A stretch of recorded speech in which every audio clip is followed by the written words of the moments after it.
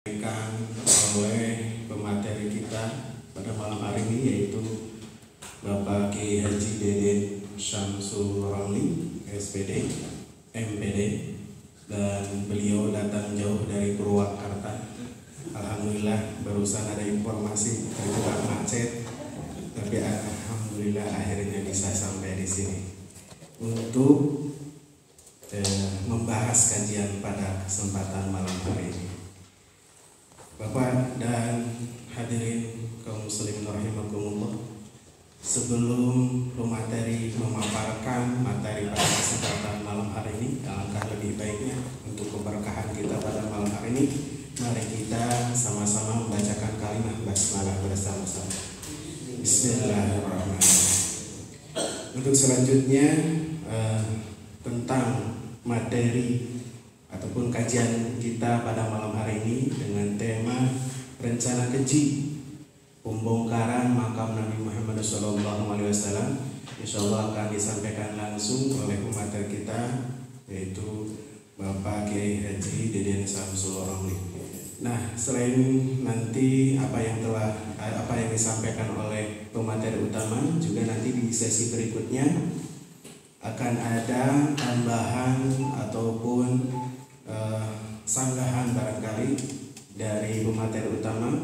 Kemudian nanti ada pemateri yang lainnya, pemateri tambahan dari bapak-bapak sekalian. Mudah-mudahan semuanya bisa memberikan tambahan barangkali apabila ada kekurangan yang belum disampaikan atau menambahkan dan lain sebagainya. Baiklah bapak-bapak sekalian, untuk itu kita serahkan waktu dan tempatnya untuk pemateri kita yang terhormat Kiai Haji Deden Syamsul Ramli, kami persilakan. A'udzubillahi minasyaitonirrajim. Bismillahirrahmanirrahim. Assalamualaikum warahmatullahi wabarakatuh. Alhamdulillahirabbil alamin wa bihi nasta'inu ala umuri dunya waddin. Wassalatu wassalamu ala asyrafil anbiya'i wal mursalin wa ala alihi wa sahbihi ajma'in. Amma ba'du. Allahumma ij'al awwala yawmin hada salahu wa wasatahu faraha wa akhiru najahat. Allahumma ya Rabbi bijahi nabiyyika Mustafa wa rasulika al-murtada tahhir qulubana min kulli washfin wa aibin wa izzin wa nafsin wa zanbin wa bizrin yub'idna an mashahadatika wa mahabbatika wa abidna ala sunnati wal jama'ah wa syauqi ila liqa'ika ya zal jalali wal ikram wa sallallahu ala sayyidina Muhammadin wa alihi washabihi wasallam taslima. Allahumma salli ala sayyidina Muhammadin salatan tubalighuna biha hajja baitikal haram wa ziyarata qabri nabiyyika alaihi afdhalus salati wassalam fi sihatin wa afiyatin wa lutfin wa quwwatin wa salamatin wa bulughil maram wa ala alihi wa sahbihi wa barik wasallam. Alhamdulillah, puji dan syukur maka kita sampaikan kehadirat Rabbi Allah Subhanahu wa taala. Karena perkenannya lah malam ini kita bisa bertemu kembali dalam kajian permasalahan yang ada di sekitar kita semuanya, yang mudah-mudahan memberikan nilai manfaat dan tentunya maslahat bagi diri kita, keluarga dan umat insyaallah. Salawat dan salam juga senantiasa kita coba limpahkan kepada baginda kita Habibana wa Nabiyana Muhammad sallallahu alaihi wasallam.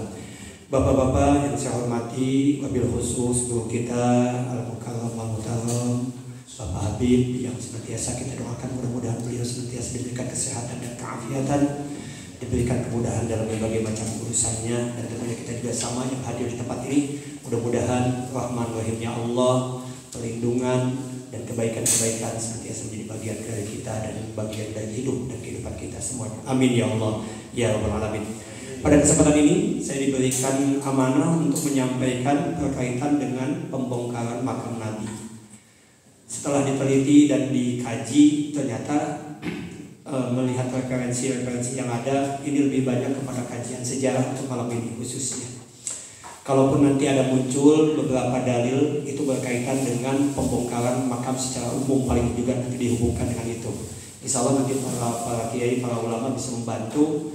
Saya sendiri hanya mencoba untuk menggali dari secara general saja, dan mungkin ini juga bagi kita sebagai pengetahuan. Contoh nanti sampai hari ini teman-teman kita, waktu kemarin kita ketemu dengan Kang Yayan itu, subhanallah, di situ saya menjadi tertarik karena ada metode-metode yang memang kita lewati, kita sedikit lupakan. Padahal sebetulnya itu adalah bagian dan kajian dari orang-orang aswaja, ya, dimana metode untuk mendapatkan pengetahuan atau sebuah informasi dari sebuah peristiwa itu bisa dilakukan dengan 3 pendekatan. Yang 2 memang ilmiah, tapi yang 1 memang ini hal itu ada. Yang mana diantaranya adalah ada metode bayani, ada metode burhani. Nah ini sering digunakan oleh para ilmuwan untuk mendapatkan sebuah data dan fakta yang kemudian menjadi sesuatu yang ilmiah dan bisa dipertanggungjawabkan secara keilmuan. Tetapi memang ada satu hal yang lain yang tidak bisa diungkap dan dibuka kecuali dengan metode yang ketiga, yaitu metode Irfani. Irfani ini mungkin ada beberapa teman-teman yang diberikan hikmah tentunya, diberikan kelebihan oleh Allah, diberikan seperti para wali dan juga ulama-ulama tertentu yang oleh Allah diberikan kelebihan dan keistimewaan. Bapak-bapak sekalian, semuanya yang hadir di tempat ini, saya memberikan ini yang muncul di awal kita, permasalahan yang diangkat ada rencana keji. Ya, kenapa nanti disebut keji ya? Kita langsung saja. Diawali dari sebuah hampir ini 95% peninggalan bersejarah yang erat kaitannya dengan Rasulullah SAW di Berangus. Nah ini kita awali dari situ. Ini sesuatu yang sangat miris, yang sangat mengkhawatirkan. 95% dari peninggalan yang bersejarah merupakan prasasti, artefak dan peninggalan-peninggalan lainnya ini hampir habis di Berangus. Dulu sering saya dapat cerita dari Pak Habib tentang Tiang Nilai, waktu saya ke sana udah nggak ada. Cerita ini juga sudah tidak ada, subhanallah. Dan yang terakhir kemarin waktu haji, saya jujur terima kasih di pintu 8 yang banyak tidak orang ketahui. Saya itu melihat banyak orang India dan terutama banyak orang Iran di situ. Kenapa mereka bergerombol di tempat itu, duduk, berzikir, dan setelah ditanya dan kemudian kita lihat ternyata di pintu 8 ujung kelima dari tiang itu adalah makam baginda ayahanda dari baginda kita Habibana Nabi Muhammad SAW, yakni baginda Abdullah. Itu yang banyak tidak diketahui. Makanya tadi diawali mudah-mudahan kita menjadi tamunya Allah kembali ke sana, insya Allah, amin. Dan pada saat ke sana, mohon di ubin kelima di pintu 8 yang mau ke Taman Bani Saidah, di situ ternyata adalah makamnya Sayyidina Abdullah yang selama ini disembunyikan, ditiadakan di Madinah, Masjid Nabawi pintu 8. Nah ini pada saat itu saya melihat fenomena itu dan kemudian saya cari, ternyata di YouTube juga ada, di materi-materi yang juga alhamdulillah saya temukan, terutama di buku, lupa saya tadi bawa bukunya, ada 3 buku tentang haji dari masa ke masa. Yang pertama kali orang Indonesia ke haji itu siapa, ada di situ semuanya. 5 dekade sudah Saudi sedikit demi sedikit menggusur segala hal yang erat kaitannya dengan Nabi Muhammad SAW. Bahkan beberapa tulisan mengenai penghancuran sejarah Muslim oleh kerajaan dan pemerintah negara itu juga di situs-situs semuanya diberangus oleh mereka, dihilangkan bahkan dibajak. Ada majalah Islamika yang memperhatikan penerbitan mereka pada 2009 juga soal penghancuran ini juga diberangus dan sekarang sudah tidak muncul lagi. Bahkan tadi ngobrol dengan Abah Jenal ada sekitar 500 situs, tetapi yang tercatat di dalam catatan itu adalah 300 situs Islam hancur dan di kemudian hari Islam mungkin hanya tinggal mitos sebab tidak ada bukti dan sejarah. Nah inilah yang dikhawatirkan sebetulnya. Bapak-bapak yang saya hormati dan muliakan. Nah ada sesuatu yang unik. Ini juga mohon maaf kita juga menemukan dan mendapatkan informasi mengenai makam Nabi yang sering kemudian makam Nabi itu kemudian diselewengkan. Dan itu ternyata bukan makam Nabi seperti yang nampak di hadapan kita. Makam Nabi ini bukan seperti ini.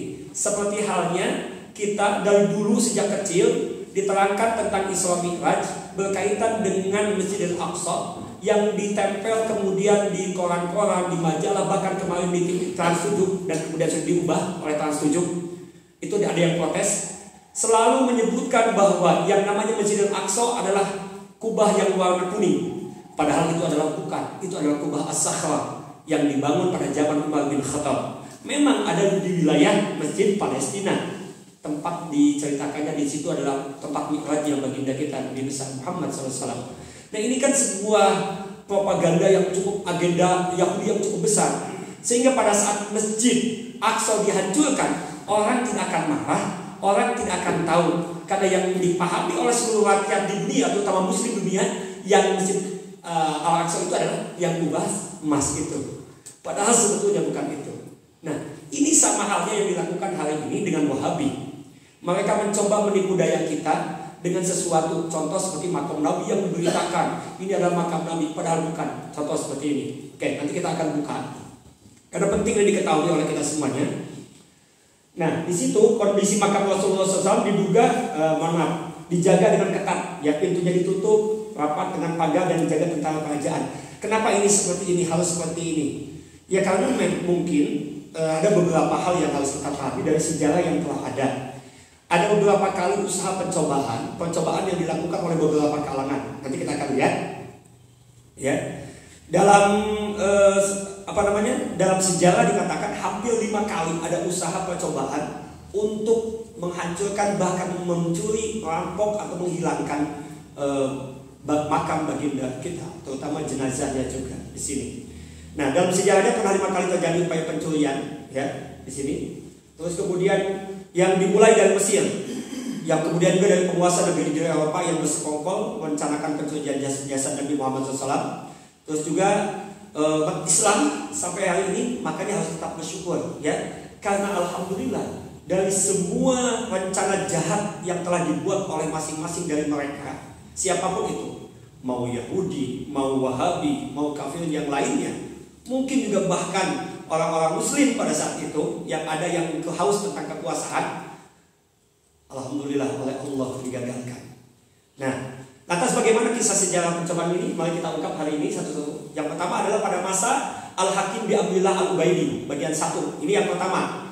Jadi kisah ini diupayakan adalah jasad Nabi SAW oleh Muhammad Ilyas. Di sini ada bukunya. Alhamdulillah saya punya bukunya. Ya. Dalam bukunya ia menulis bahwa percobaan pencurian pertama dilakukan pada masa Hakim bin Abdullah yang merupakan sosok raja dari Daulah Fatimiyah. Padahal dia beragama Islam, kebayang. Namun dia zalim dan menyimpang dari ajaran Allah. Apa tujuannya dia memindahkan mencuri jenazah baginda kita? Ya tadi, supaya orang-orang mau datang ke Mesir. Karena orang yang paling istimewa sekarang tidak lagi di Madinah, tetapi ada di Mesir. Itu rencananya. Ya. Karena kezalimannya, raja ini sering membuat rakyat dari rakyat Mesir sendiri itu menjadi jengah dan resah, ya. Oke, kita lanjut. Nah, agar mencuri jasad Nabi Muhammad ini dilakukan untuk menarik perhatian. Nah, ini tujuannya tadi yang disampaikan. Kemudian maka negeri ini akan menggantikan Madinah serta dikunjungi banyak orang. Ini tujuan utamanya. Terus pada malam rencana tersebut dijalankan, ternyata Allah mengirimkan angin besar ke Madinah dan bumi tergoncang karena kuatnya angin itu. Hal ini menjadi penghalang tujuan para penjahat tersebut sehingga rencana tersebut gagal. Namun kegagalan yang pertama tidak menjadi jera bagi raja ini. Masih pada masa Hakim bin Abdullah jilid 2, dia pun kemudian merencanakan yang rencana keduanya. Jadi kegagalan di rencana awal, dia membuat semakin membuat penasaran. Ia kembali menyusun rencana, ya. Kali ini prajuritnya mampu memasuki Madinah dan untuk pelancaran aksinya mereka tinggal di sekitar Masjid Nabawi. Mereka mulai menggali tanah untuk membuat terowongan menuju makam Nabi Muhammad. Namun dengan izin Allah justru keajaiban muncul. Apa yang terjadi? Terdengar suara menyeru di tengah-tengah masyarakat Madinah, Nabi kalian akan digali kuburnya. Masyarakat pun kemudian melakukan penyelidikan dan mendapati utusan Al-Hakim bin Abdullah yang telah tengah menggali terowongan. Mereka kemudian dihukum dan dibunuh. Percobaan kedua yang dilakukan pada masa itu alhamdulillah bisa digagalkan juga. Nah, yang ketiga, ini ada berkaitan dengan dendam yang dirasakan oleh para penguasa Eropa. Dalam hal ini pada masa kerajaan pada saat setelah perang Salib 1 dan 2. Ya, jadi rencana pencurian ini dilakukan oleh segerombolan orang. Mereka bersekongkol. Di atas saya tampilkan walaupun tidak ada ilustrasinya. Para raja di Eropa mereka membuat rencana. Kemudian ditulis yang ini ceritanya, kisah ini ada ditulis oleh seorang sejarawan di dalam kitab Fusul min Tarikh Al-Madinah Al-Munawwarah. Ini peristiwa ini terjadi pada 1164 atau 557 Hijriah.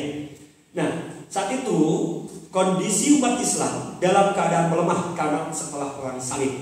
Nah, sehingga para penguasa Eropa bersepakat untuk mencuri jasad Nabi Muhammad SAW karena ada kelengahan di situ. Pada musim haji, para penguasa negeri-negeri Eropa mengirimkan orang utusan untuk mencuri jenazah.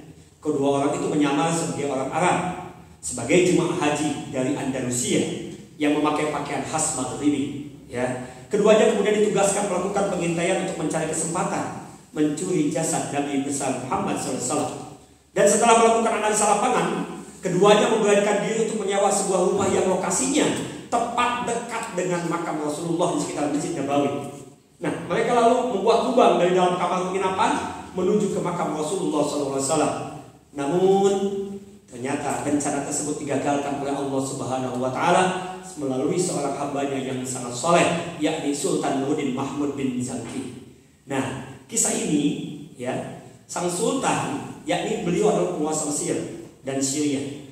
Suatu malam beliau bermimpi bertemu dengan Rasulullah SAW. Sang Nabi menunjukkan dua orang berwajah Eropa seraya berkata, ini ada ilustrasinya di atas.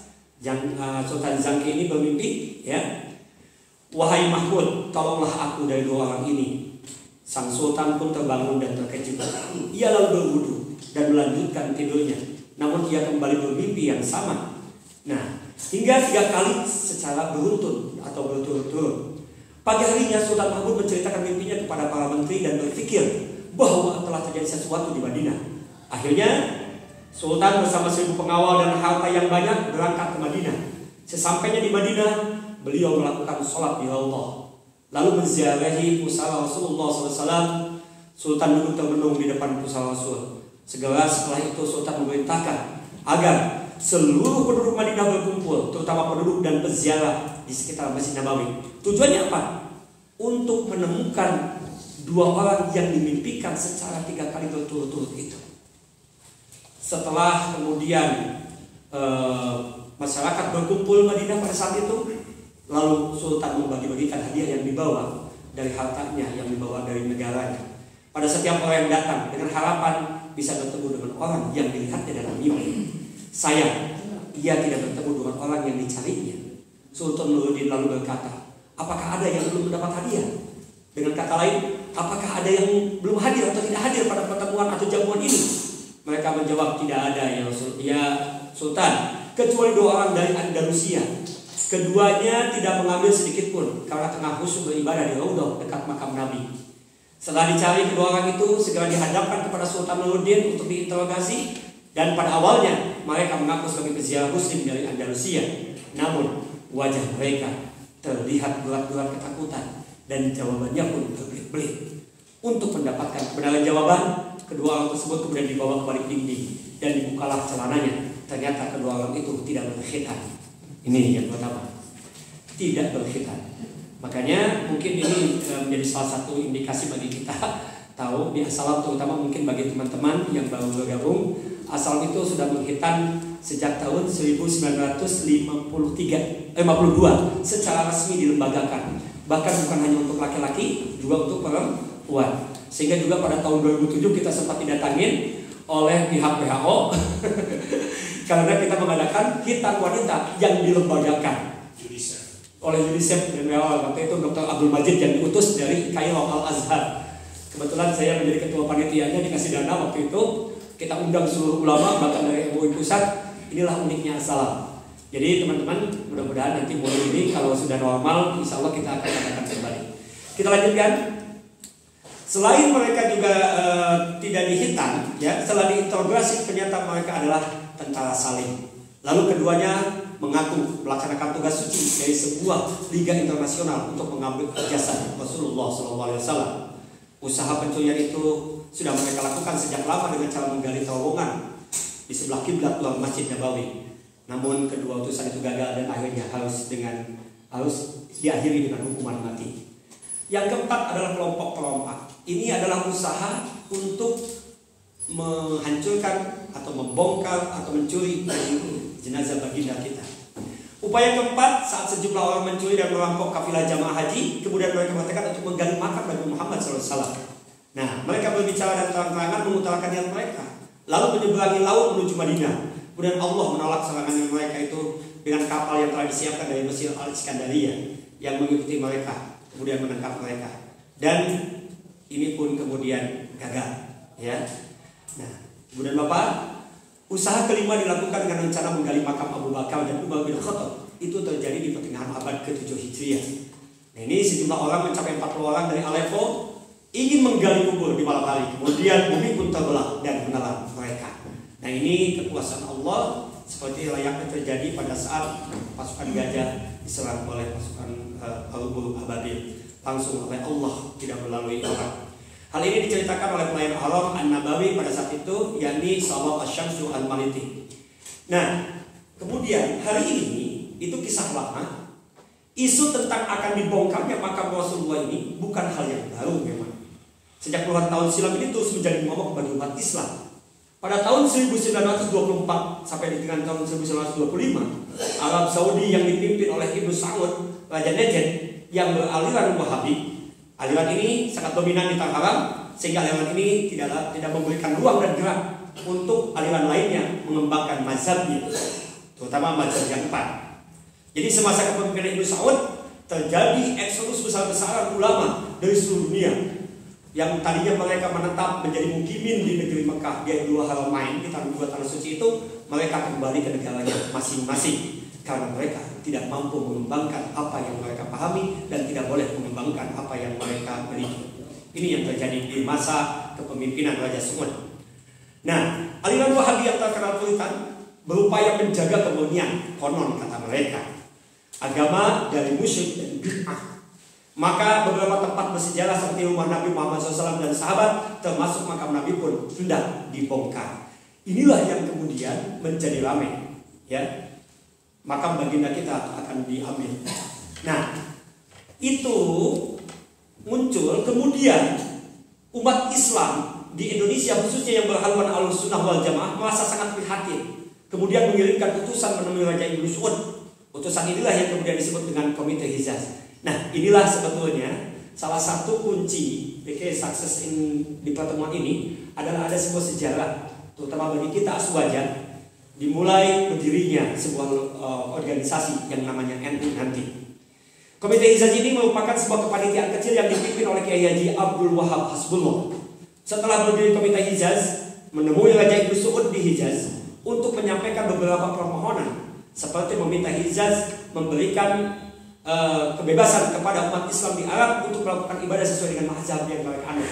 Nah, ini selain meminta untuk tidak menjadi membongkar makam Nabi, juga diantaranya meminta kepada Raja Saud untuk memberikan kebebasan kepada umat Islam khususnya Aswaja melakukan ibadah sesuai dengan mazhab yang mereka anut.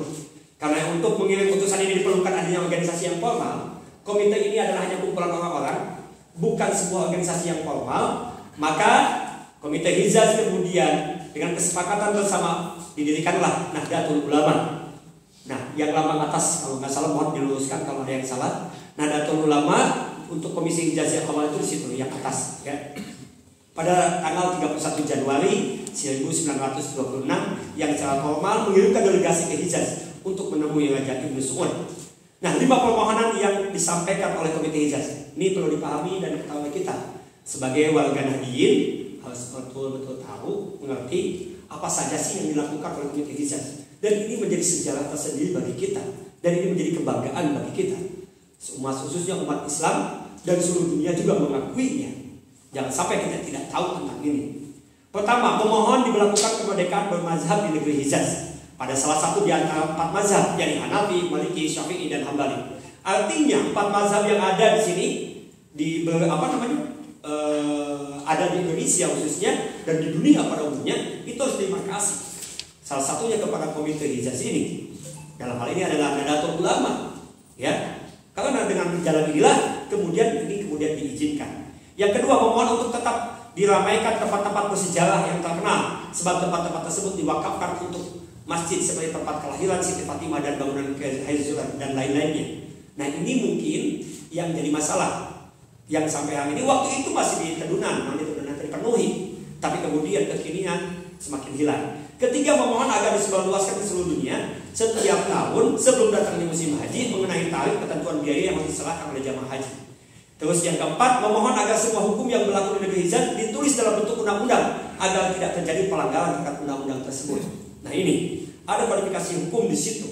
Ini adalah dari apa yang diusulkan dan diinginkan oleh Komite Hijaz. Kelima, Jam'iyah Nahdlatul Ulama memohon balasan surat dari Yang Mulia yang menjelaskan bahwa kedua yang delegasinya benar-benar menyampaikan surat mandatnya. Nah ini, dan itu sudah dibalas. Kemudian Komite Hijaz yang merupakan respon terhadap perkembangan dunia internasional ini menjadi faktor terpenting didirikannya organisasi NU. Berkat kegigihan mereka, alhamdulillah aspirasi dari umat Islam Indonesia yang berhaluan Ahlussunnah wal Jamaah diterima oleh Raja Ibnu Saud, dan makam Nabi Muhammad pun yang tadi akan dibongkar tidak jadi dihancurkan. Nah, ada satu hal yang harus dipahami juga. Ada 5 situs peninggalan Nabi Muhammad SAW yang telah dan bakal dihancurkan kerajaan Saud. Ini berdasarkan berita dari surat kabar The Daily Mail, Russia Today, dan The American Muslim Organization. Tempat lahir Nabi Muhammad digusur demi bangun istana kepresidenan yang sekarang dikenal dengan perpustakaan, ya, maktabah yang ada di wilayah di sekitar Shib Amir, kalau tidak salah, Shib Amir namanya, yang mau ke Tunggal Aziz itu, yang mau Mahbazin, ya, yang dulunya bawahnya jadi yang dulunya bekas pasar seng, yang sekarang di terminal. Mendirikan tempat tinggal bagi Imam Masjidil Haram. Awalnya mereka menceritakan bahwa tempat lahirnya Nabi Muhammad itu akan dijadikan untuk tempat Imam Haramain dan istana kepresidenan, ya. Namun sampai saat ini malah jadi perpustakaan. Alhamdulillah masih mending, ya, tidak dihancurkan. Yang kedua, penghancuran makam keluarga Rasulullah 21 April 1925. Pemakaman Jannatul Baqi, tempat keluarga Nabi Muhammad dimakamkan, dihancurkan oleh Raja Ibnu Saud. Nah, kenapa ini harus penting disampaikan? Karena ternyata setelah diingatkan beberapa kali, kemudian tetap mereka mengulangi yang sama.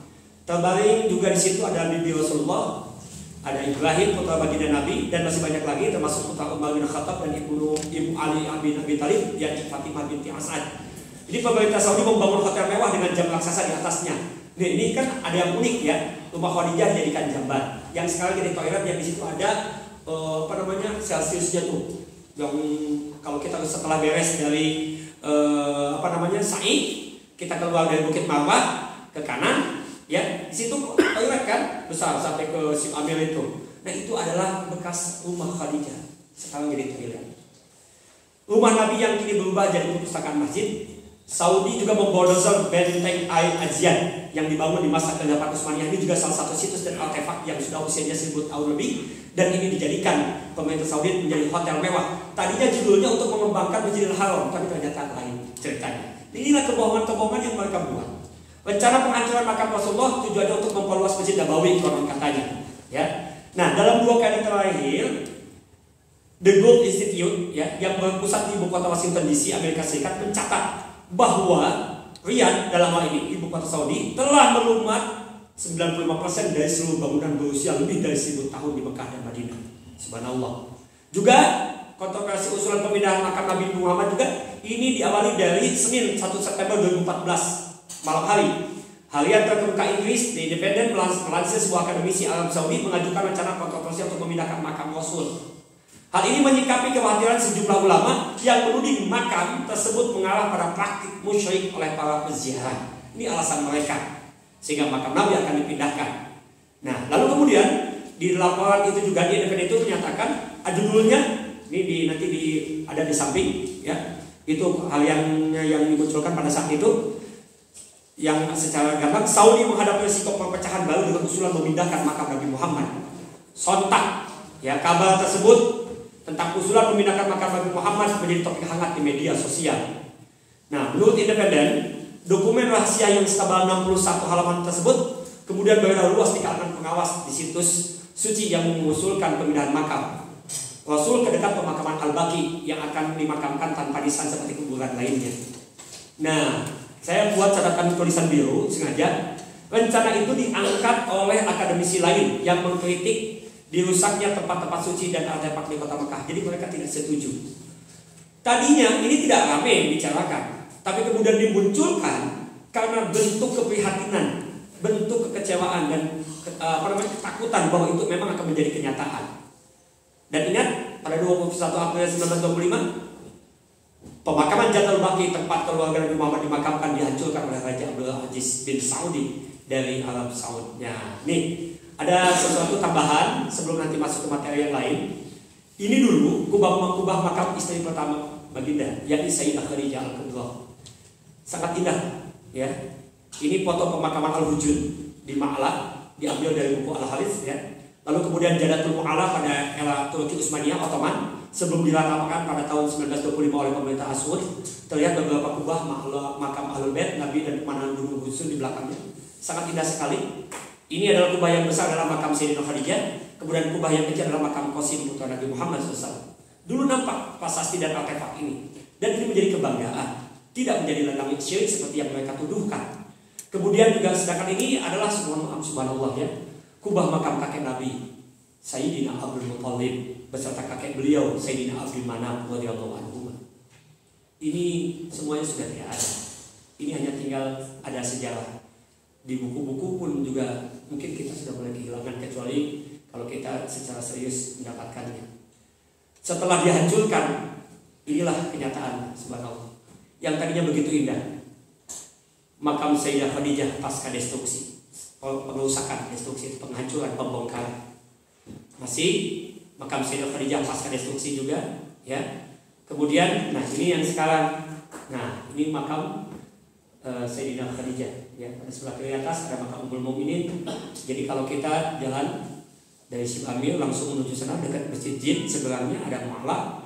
Di situ ada, bisa kita sebenarnya bisa masuk ke dalamnya. Mudah-mudahan sekali lagi kita bisa ziarah ke sini ya. Amin ya Allah. Bapak-bapak yang hadir pada kesempatan yang dimuliakan Allah, inilah diantara beberapa hal yang muncul di kalangan kita. Ini ada sedikit supaya tahu juga bagi yang belum pernah berangkat. Ada tulisan yang sering kita bacakan, wal habibul lazi turja syafa'atuhu min kulli haulin min kulli haulin. Ini ada di pintunya. Saya masukkan dulu nanti ini. Ini bukan makam Rasulullah. Ini gambarannya yang ada di Museum Nabawi, Masjid Madinah. Saya waktu itu juga buat foto, cuman jelek kualitasnya, jadi akhirnya saya ambil dari YouTube saja. Ya, ini yang secara tidak langsung makam Rasulullah. Mungkin saya agak sedikit bingung, kebetulan dapat kesempatan pada saat ini supaya pengetahuan juga. Saya itu di hari terakhir di Madinah ingin tahu bagaimana prosesi memakamkan jenazah di mayit di Masjid di Nabawi atau maaf di Madinah. Kalau di Mekah kan di Ma'la itu dimasukin ya ke dalam lorong, tidak berkemanusiaan begitulah bahasanya.